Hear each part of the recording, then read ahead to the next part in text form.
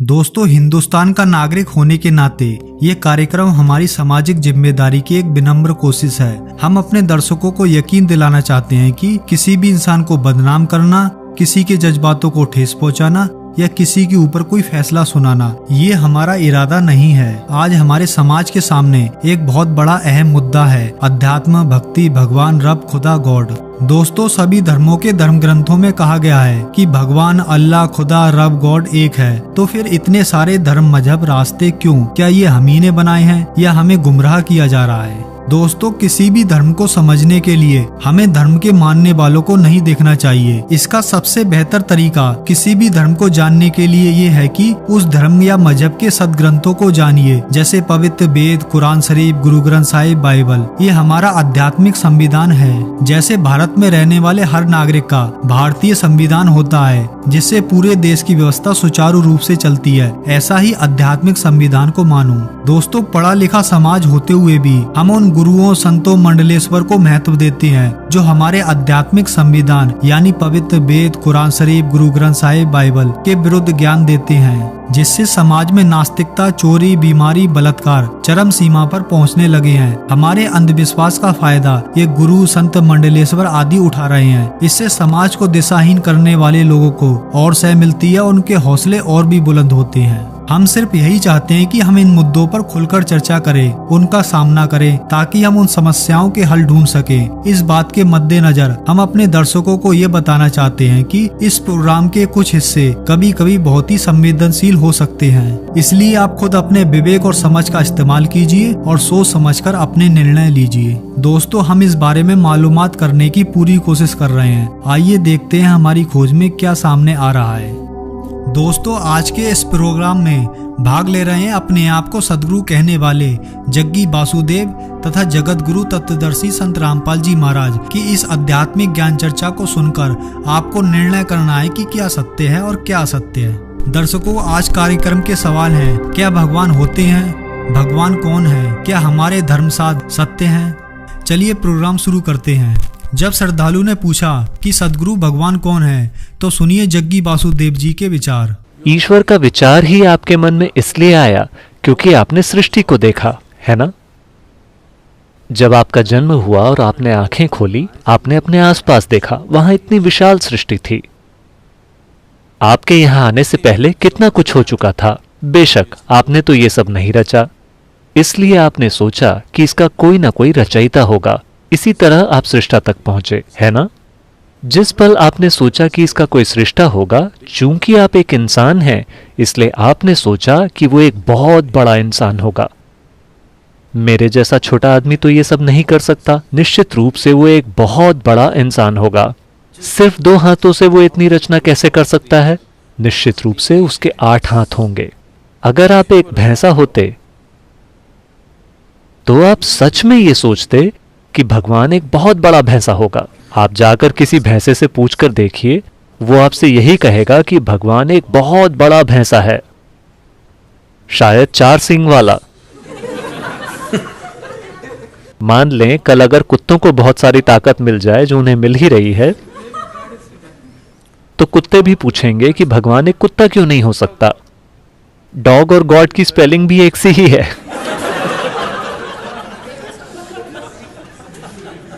आप इसे न तो परिभाषित कर सकते हैं, ना ही इसे समझ सकते हैं।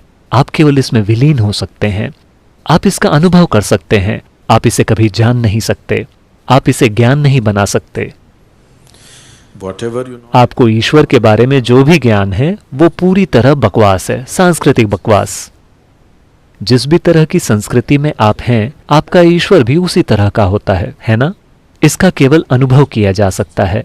अनुभव का अर्थ ये नहीं है कि आप इसे खा सकते हैं या आप इसे समझ सकते हैं। नहीं, आप बस इसमें विलीन होकर ही इसे अनुभव कर सकते हैं, और कोई तरीका नहीं है। इसलिए हम केवल विलीन होने के उपाय तलाश रहे हैं, ताकि हम उसे अनुभव कर सकें जो हमसे कहीं ज्यादा विशाल है। दर्शकों, श्रद्धालु के पूछे जाने पर कि भगवान कौन है, सदगुरु ने उत्तर दिया कि इसे ना तो समझा जा सकता है और ना ही इसे परिभाषित कर सकते हैं। आप इसमें विलीन हो सकते हैं। दोस्तों, सदगुरु को खुद नहीं मालूम कि भगवान कौन है। जब यही नहीं मालूम कि भगवान कौन है, तो विलीन किस में होंगे? फिर श्रद्धालु ने पूछा, सदगुरु क्या भगवान होते हैं? देखिए, अगर आप विश्वास करते हैं कि भगवान है या आप विश्वास करते हैं कि भगवान नहीं है, दोनों एक ही चीजें हैं। You're in the same boat. You believe something that you do not know. आप ऐसी चीज पर विश्वास कर रहे हैं जिसे आप नहीं जानते। मैं इस पर विश्वास करता हूं, तुम उस पर विश्वास करते हो, इससे कोई फर्क नहीं पड़ता। आप किसी भी चीज पर विश्वास कर सकते हैं। हाँ, कोई भी किसी भी चीज पर विश्वास कर सकता है। यह जरूरी नहीं कि इसका सच्चाई से कोई भी लेना देना हो। अगर आप ये स्वीकार करें कि मैं नहीं जानता, तो जानने की चाहत पैदा होगी। अगर चाहत पैदा होगी तो खोज शुरू होगी, और अगर खोज शुरू होगी तो जानने की संभावना भी होगी। दोस्तों, सदगुरु ने कहा, आप विश्वास करते हैं कि भगवान है और नहीं, दोनों ही बात हैं। दोस्तों, क्या ये कोई उत्तर हुआ?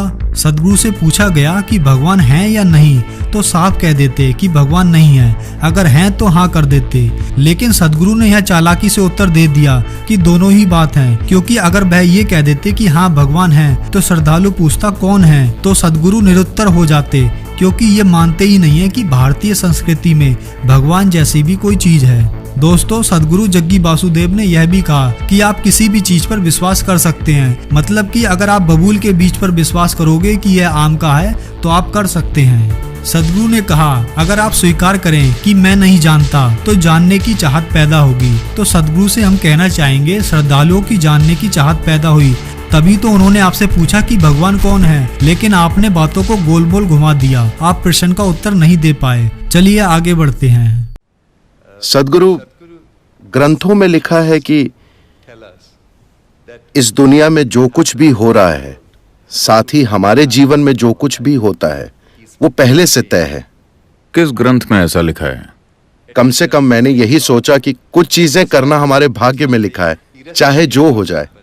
अगर ये सच है तो हमारा किसी न किसी दिन मरना भी तय है। तो दुनिया में हमारे जैसे लोगों का क्या काम है?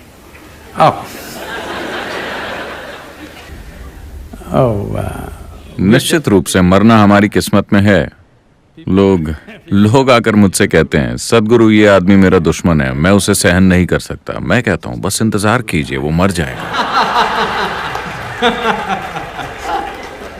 आपको कुछ नहीं करना है, बस इंतजार कीजिए, बस धीरज रखिए। तो मरना तय है। हाँ, मगर मुझे नहीं लगता कि किसी भी ग्रंथ ने इस बात का जिक्र किया है कि आपका जीवन पहले से तय है या पहले से निर्धारित है। यह विचार विदेश से आया है। आपको समझना होगा कि इस संस्कृति की मूलभूत प्रकृति क्या है, इसकी जड़ें कहाँ हैं। यह एक बिना भगवान की संस्कृति है। आपको यह समझना होगा, इस देश में कभी भगवान की कोई धारणा नहीं रही है। वो धारणा विदेश से आई है। हम साफ तौर पर जानते हैं कि भगवान हमने ही बनाए हैं, बस बाकी लोग इसे भूल गए हैं। तो यहां हमने आपसे कहा कि आपका जीवन आपका कर्म है। इसका मतलब है कि आपका जीवन आपका ही बनाया हुआ है। तो पहले से तय होने का सवाल ही कहां है? ऐसी कोई चीज इस संस्कृति में नहीं है। फिर श्रद्धालु ने पूछा, भगवान अवतार लेते हैं? एक परमेश्वर जैसा कुछ नहीं होता, क्योंकि एक परमेश्वर नहीं होता तो कोई अवतरण भी नहीं होता। अवतार मतलब है रिपीट परफॉर्मेंस। हाँ, अवतार मतलब है वे फिर से आए हैं किसी रूप में। आखिरकार सदगुरु को प्रश्न का उत्तर देना ही पड़ा कि भगवान नहीं है, यह हमारी संस्कृति में नहीं है, और भगवान ही नहीं होता तो अवतार भी नहीं होता। दोस्तों, अब आप सोच रहे होंगे कि यह शिवलिंग की पूजा करते हैं, शिव जी की पूजा करते हैं, तो फिर ऐसा क्यों कह रहे हैं कि भगवान है ही नहीं?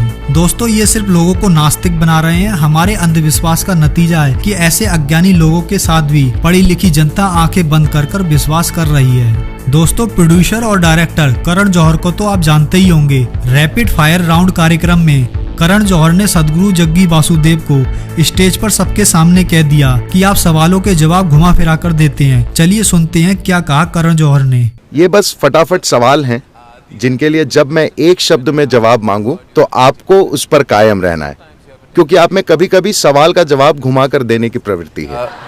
सबसे अच्छी सलाह जो आपको कभी मिली हो? कोई नहीं। कभी नहीं? नहीं, मैंने न कभी मांगी और न मुझे मिली। मैंने खुद को इस तरह का बनाया है कि मैं सलाह लेने या सलाह देने के नाकाबिल हूं। इनके प्रवचन सुनकर श्रद्धालुओं ने इनके चैनल पर कमेंट करना शुरू कर दिया। सदगुरु क्या बोलना चाहते हैं समझ नहीं आ रहा है, आप केवल एक ही पहलू पर बोलकर रह गए। I am not agree with him, confused. कभी तो एग्जैक्ट आंसर दीजिए, ऑलवेज कंफ्यूज्ड। श्रद्धालु कमेंट करते रहते हैं कि आपसे जो पूछा आपने उसका उत्तर तो दिया नहीं बल्कि बातों को घुमा दिया। आजकल सभी धार्मिक ग्रंथों को उपदेश माना जाता है, तो क्या हमें ये मानना चाहिए कि रामायण महाभारत में भी कहानियां गढ़ी गई हैं और उन्हें साहित्य मानने की जगह उपदेश मानना गलत है? मैंने कभी किसी को रामायण और महाभारत को उपदेश मानते नहीं देखा। कुछ खास भाग हैं जो नहीं, वो नहीं मान सकते क्योंकि वो भ्रम से परेशान हो जाएंगे। क्योंकि महाभारत में हर तरह के लोग हैं, बेहतरीन लोग, बुरे से बुरे लोग, इनके बीच हर तरह के स्त्री पुरुष उसमें हैं। 1 लाख से ज्यादा चरित्र हैं, उसे आप उपदेश कैसे मान सकते हैं? आपने कहानी बुनने की बात कही। मैं नहीं जानता कि आपने यूथ एंड ट्रूथ की बायलाइन देखी है या नहीं। ग्रंथों की गंभीरता से नहीं, गपशप करते हुए मजे में, क्योंकि गपशप हमेशा भरोसेमंद रही है।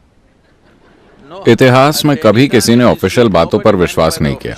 आधिकारिक बातें चाहे जो भी हों, लोगों ने आसपास अपने दोस्तों और रिश्तेदारों से पूछा क्या हुआ। जब 5 लोगों ने 5 चीजें कही तो लोगों ने उस गपशप में से थोड़ी सी सच्चाई निकालने के लिए अपनी बुद्धि का इस्तेमाल किया। मगर लोगों ने हमेशा आधिकारिक बातों से अधिक गपशप पर भरोसा किया है कि नहीं? सिर्फ आज नहीं, हमेशा से। अब समस्या ये है कि आप बोले हुए शब्दों से अधिक विश्वास लिखे हुए शब्दों पर करते हैं। सारी समस्या यही है। मगर आपको समझना चाहिए ये मौखिक संस्कृति है। हमने हमेशा बातें करके लोगों तक सबसे महत्वपूर्ण चीजें पहुंचाई। आप उसे महत्वहीन मान सकते हैं क्योंकि वो लिखा हुआ नहीं है, मगर कोई भी उसे लिख सकता है। लोगों ने अब उसे लिख लिया है, अब वो एक लिखित शब्द है। दोस्तों, इन्होंने प्रोग्राम चलाया था यूथ एंड ट्रूथ। ये बहुत सारे कॉलेज में जाते हैं, वहाँ कैंप लगाते हैं और उपदेश देते हैं। वहाँ पर श्रद्धालुओं ने इनसे पूछा कि रामायण, महाभारत और सदग्रंथ को हमने उपदेश मानना चाहिए, ये सही है या गलत? दोस्तों, इस पर भी इन्होंने गोलमोल जवाब दिया। इनके कहने का मतलब है कि हमारी समस्या ये है कि हम लिखे हुए शब्दों पर ज्यादा विश्वास करते हैं। दोस्तों, हम ये बताना चाहते हैं कि दलीलें देने से कुछ नहीं होता। सदगुरु जग्गी वासुदेव जी, अगर आप प्रूफ के साथ साबित नहीं कर सकते तो इन बातों का कोई मतलब नहीं। फिलहाल अपने आप को सदगुरु कहलाने वाले जग्गी वासुदेव भगवान को ही नहीं मानते तो वेद, गीता, कुरान, बाइबल को मानने की बात तो बहुत दूर की है। अब आगे बढ़ते हैं। आज आदि शंकर की जयंती है। जब तक वो 32 साल के हुए, मेरे ख्याल से वे 3 बार ऊपर से नीचे तक गए और पूर्व से पश्चिम तक भी, और उन्होंने आध्यात्मिक प्रक्रिया को अपनी ही तरह से स्थापित किया और उन्होंने इसी तरह से खुद को अभिव्यक्त किया और वे 32 साल की उम्र में चले गए। इस धरती पर विरले ही कोई दूसरा इंसान हुआ है जिसकी बौद्धिक क्षमता उनके जैसी हो। दोस्तों, सदगुरु जग्गी वासुदेव आदि शंकराचार्य को मानते हैं और उनसे काफी प्रभावित हैं। आदि शंकराचार्य शंकर जी के अवतार कहे गए हैं। चलिए जानते हैं आदि शंकराचार्य ने क्या कहा धर्म शास्त्रों के बारे में। अब देखिएगा, ये आदि शंकराचार्य जी द्वारा लिखे गए 5 ग्रंथों का एक समूह है। इसका नाम लिखा है शांकर पंचम। ये है 135 पृष्ठ, नीचे इसके पृष्ठ नंबर संख्या लिखी है। 135 पृष्ठ पे क्या लिखा है?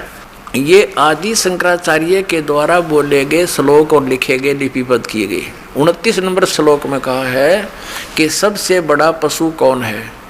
जिसने शास्त्रों का अध्ययन किया हो और फिर भी वह धर्म का आचरण नहीं करता हो और न ही उसको आत्म स्वरूप का ज्ञान हो, वह सबसे बड़ा पशु है। अब आप फैसला कर लियो, सबसे बड़े पशु कौन है? दोस्तों, आपने सुन ही लिया होगा कि आदि शंकराचार्य को मानने वाले सदगुरु जग्गी वासुदेव जैसे लोगों को आदि शंकराचार्य ने क्या कहा। दोस्तों, सदगुरु जग्गी वासुदेव अपनी ईसा फाउंडेशन में आरती व पूजाएं भी कराते हैं। आइए जानते हैं क्या साधना कराते हैं ये। हम जब ईशा के इस अद्वितीय संसार में घूम रहे थे तो हमारी नजर गई एक ओर, जहां एक विशेष साधना चल रही थी। ये बड़ा ही अलौकिक व कौतूहल पैदा कर देने वाला दृश्य था।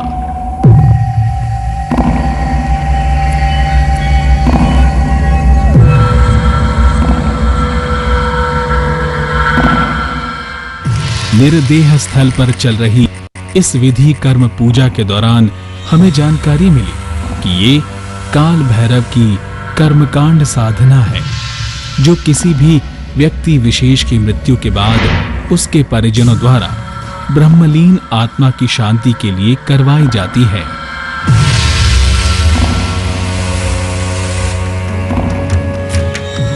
सद्गुरु के अनुसार विश्व का सबसे बड़ा पारा आधारित 13 फीट 9 इंच ऊंचाई वाला ये जीवंत लिंग पिछले 2000 सालों में स्थापित अपनी तरह का प्रथम लिंग है। महिला पुजारी विश्व में अनूठे और एकमात्र लिंग स्वरूप मां शक्ति के इस दिव्य विग्रह का विशेष प्रकार की सामग्री द्वारा श्रृंगार कर रही हैं। अब प्रारंभ होती है मां की मंगल आरती। मां लिंग भैरवी एक ज्वालामयी, शक्तिशाली और जीवंत देवी के अनोखे रूप में यहाँ विराजती हैं।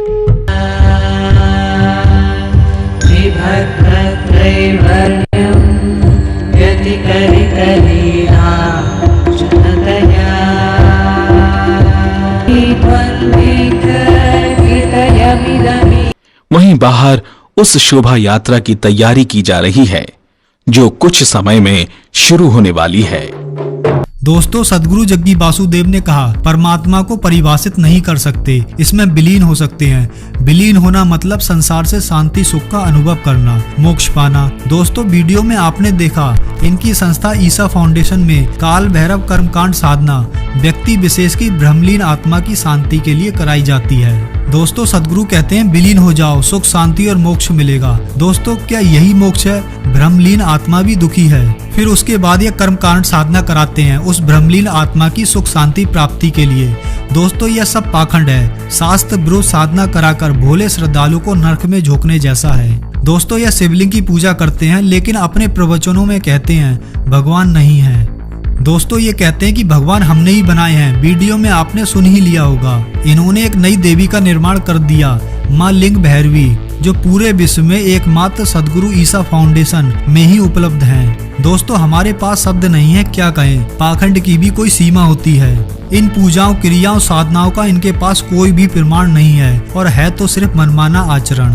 दोस्तों, हद तो तब हो गई जब इन जैसे लोगों से बड़ी बड़ी हस्तियां, इंजीनियरिंग मैनेजमेंट कॉलेज के स्टूडेंट, पढ़े लिखे लोग भी जुड़ जाते हैं।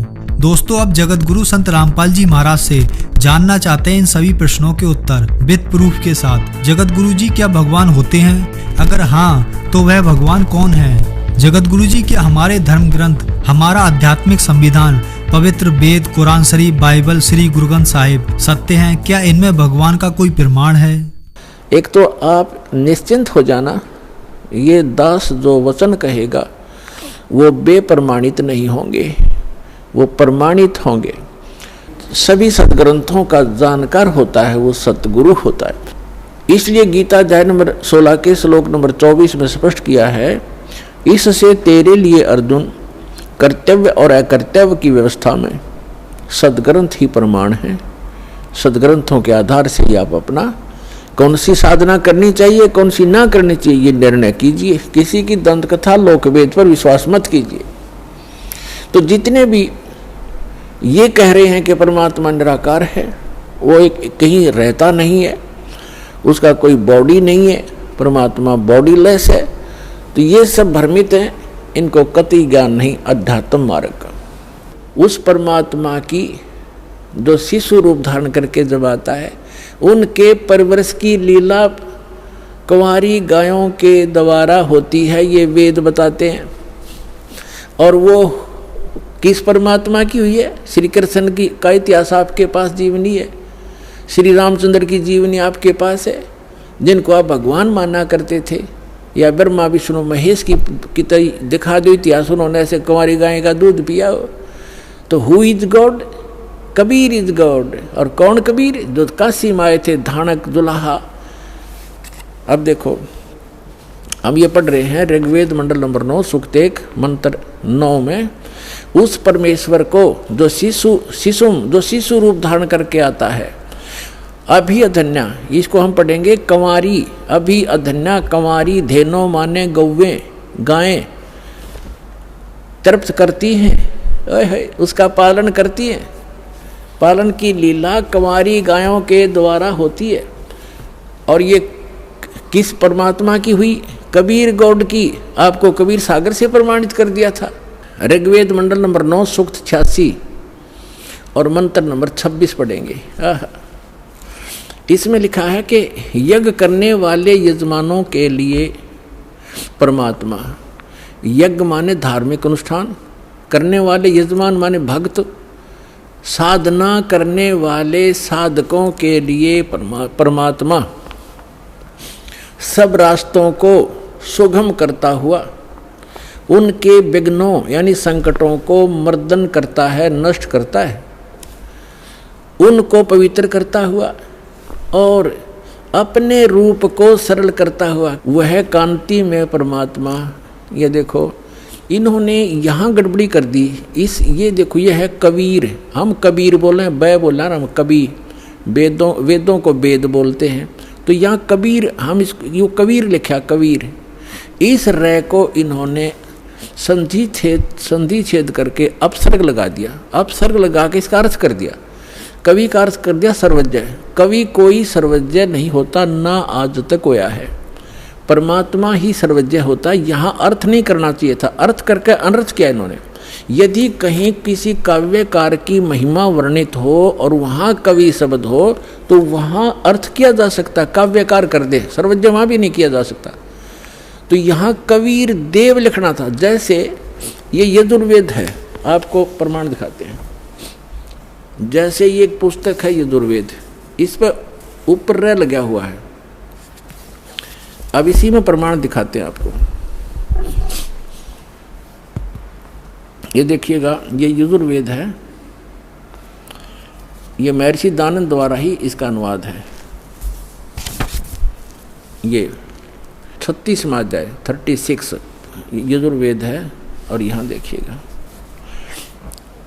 इसका प्रथम मंत्र है, इसमें लिखा है कि रचम वाचम प्रपदे मनो यजु प्रपदे। ये यजु शब्द है, इसका 2 अपसर्ग लगा रखे। अब इसका अनुवाद महर्षि दानंद जी ने यहाँ कर रखा है, देखिएगा। इसमें यजु, ये यजु शब्द है, इसका अर्थ यजुर्वेद लिख दिया, बिल्कुल सही। अगर इसका अर्थ कर देता तो ये महिमा यजुर्वेद की थी, और यहाँ यजुर्वेद लिखना पड़ा, ये रे ला के। हमको यजुर्वेद बोलना, यजुर्वेद, तो यहाँ इसने यजुर्वेद लिखा, बिल्कुल सही लिखा। अगर यहाँ अर्थ कर देते तो महिमा यजुर्वेद की थी, तो कैसे समझते कि किसकी महिमा? ये अनर्थ हो जाता। इसी प्रकार यहाँ इन अनुवादकर्ताओं ने कबीर का अर्थ लिखना था कबीर देव। यहाँ कवि का अर्थ जैसे अपसर्ग भी लगे हैं, तो इसको लिखना था कबीर देव है उस परमात्मा का, वो कबीर देव। कबीर देव माने साहब परमात्मा, कबीर हम कबीर बोल रहे हैं, कबीर देव लिख देती है, देव माने परमेश्वर और कबीर माने कबीर। हम कबीर साहब कहने लगे अपनी लोकल भाषा में, हम वह को वह बोलते हैं, और कबीर कबीर, कबीर देव, कबीर साहब, कबीर भगवान, कबीर अल्लाह, अल्लाहू अकबर। वेदों में उसको कबीर देव, अपनी मातृभाषा में वैसे लोकल लैंग्वेज में कबीर साहब, और कुरान शरीफ के अंदर उसको अल्लाहू अकबर यानी अल्लाह कबीर कहा है। ये है वही जो काशी में धानक रूप में रहा था। ये उन महापुरुषों ने प्रमाणित भी कर दिया कि हम सुल्तानी नानक तारे दादू को उपदेश दिया, जात जुलाहा भेद नहीं पाया, काशी माए कबीर हुआ, अनंत कोट ब्रह्मांड का एक रति निभार, और सतगुरु पुरुष कबीर हैं ये कुल के सिरजनहार। अब आगे हम ऋग्वेद मंडल नंबर 9 सूक्त 86, हमने फिर से ऋग्वेद ले लिया, यजुर्वेद रख दिया, क्योंकि अब हम इसको प्रमाणित कर रहे थे। ऋग्वेद मंडल नंबर 9 सूक्त 86 के मंत्र, और अपने रूप को सरल करता हुआ वह कांति में परमात्मा, कबीर देव लिखना था यहाँ पर, कबीर देव। विद्युत के समान क्रीड़ा करता हुआ, जैसे बिजली आती है बड़े स्पीड से, वर्णीय पुरुष को प्राप्त होता है। वर्णीय माने अच्छी आत्मा को मिलता है। यहाँ देखो 27 में क्या कहा, वो कहाँ रहता है वो परमात्मा? जो परमात्मा ध्यूलोक के यानी तेजो में लोक के तीसरे पृष्ठ पर रहता है, तीसरे पृष्ठ पर विराजमान है। ठीक है, अब यहाँ दो कंसेप्ट तो कति क्लियर हो गए। वो परमात्मा ऊपर के लोक में रहता है, ध्यूलोक के यानी तेजो में लोक के भी तीसरे स्थान पर, वहाँ 3 पार्ट है सतलोक के। ऋग्वेद मंडल नंबर 9 सूक्त 82 और मंत्र नंबर इसका यहाँ 82 यहाँ से शुरू होता है, इसका मंत्र 1 है ये रहा। इसमें है कि वो अमर परमात्मा, सोम माने सर्वोत्पादक प्रभु, सबकी उत्पत्ति करने वाला परमात्मा, प्रकाश रूप सद्गुणों की वृष्टि करने वाला, पापों का हरण करने वाला। महर्षि दानंद कहता भगवान पाप नाश नहीं करता, आयुर्वेद कहते हैं पापों का हरण करने वाला, नाश करने वाला है। राजेव, राजा के समान राजेव, ये देखना हम 269 पृष्ठ पर पढ़ रहे हैं, नहीं तो नो कहेंगे दूसरा पृष्ठ बदल गया होगा। अब 270 पे दिखाते हैं आप, ये 270। राजा के तो उधर पढ़ दिया समान, राजा के समान दर्शनीय है, दसम देखण योगा है, राजा के समान है देखने में। ऋग्वेद मंडल नंबर 9 सूक्त 20 मंत्र 1 में, यो 20 मंत्र 1 में वह परमात्मा, यहाँ लिखना कबीर देव, ये कवि नहीं, ये कबीर देव, ये ऊपर लिखा कबीर देव, इस रे को इन्होंने यहाँ कबीर लिखना था, कबीर देव, वो कबीर परमेश्वर मेधावी, यहाँ लिखना था कबीर परमेश्वर है, वह परमात्मा कबीर देव है। कबीर परमात्मा वह कबीर देव है जो सबका रक्षक है, विद्वानों की तृप्ति के लिए ज्ञान को देता है। विद्वान यानी वही आकर के वो ऐसा ज्ञान देता जिससे बुद्धिमान लोग तृप्त होते हैं, संतुष्ट होते हैं। और सहनशील है, संपूर्ण दुष्टों को संग्रामों में यानी ज्ञान के युद्ध में तिरस्कृत करता है, सबको पराजित कर देता है अपने तत्व ज्ञान से। भाई बाले वाली जन्म साखी, और ये कहाँ से छपी है? भाई चतर सिंह जीवन सिंह अमृतसर से। भाई बाले वाली श्री गुरु नानक देव जी की जन्म साखी, ये यहाँ से छपी अमृतसर से। और ये इधर भी देखेंगे, ये यहाँ से, यहाँ पृष्ठ नंबर 197 पे काजी रुकन दीन सूरा था, उसके साथ वार्ता हो रही है नानक जी की। नानक आखे रुकन दीन सच्चा सुनो जवाब, चारों कूट सलाम कर ता तू ही होए सवाब। अब 198 पे कहते हैं खालक आदम सिरजिया आलम बड़ा कबीर, और कायम दायम कुदरती सिर पीरां दे पीर। अब देखो यहाँ आलम बड़ा कबीर और सब पीरां दे पीर, सिर पीरां दे पीर,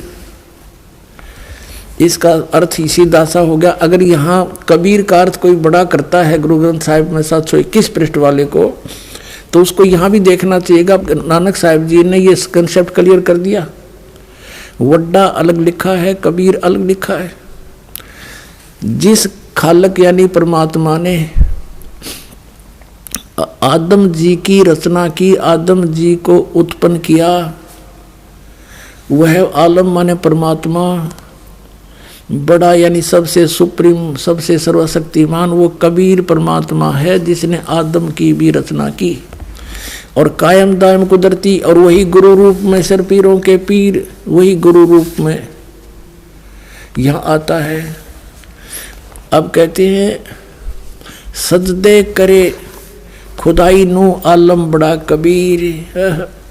अब इन सभी प्रश्नों से ये स्पष्ट हो गया कि कबीर परमात्मा धानक रूप रहा करता, ये श्री नानक देव जी के गुरु जी भी हैं और ये पूर्ण परमात्मा भी है। श्री गुरु ग्रंथ साहिब के 721 पृष्ठ पे लिखा है कि नीच जात परदेसी मेरा, खिन आवे तिल जावे, और जाकी संगत नानक रहंदा, और क्यों कर मोड़ा पावे।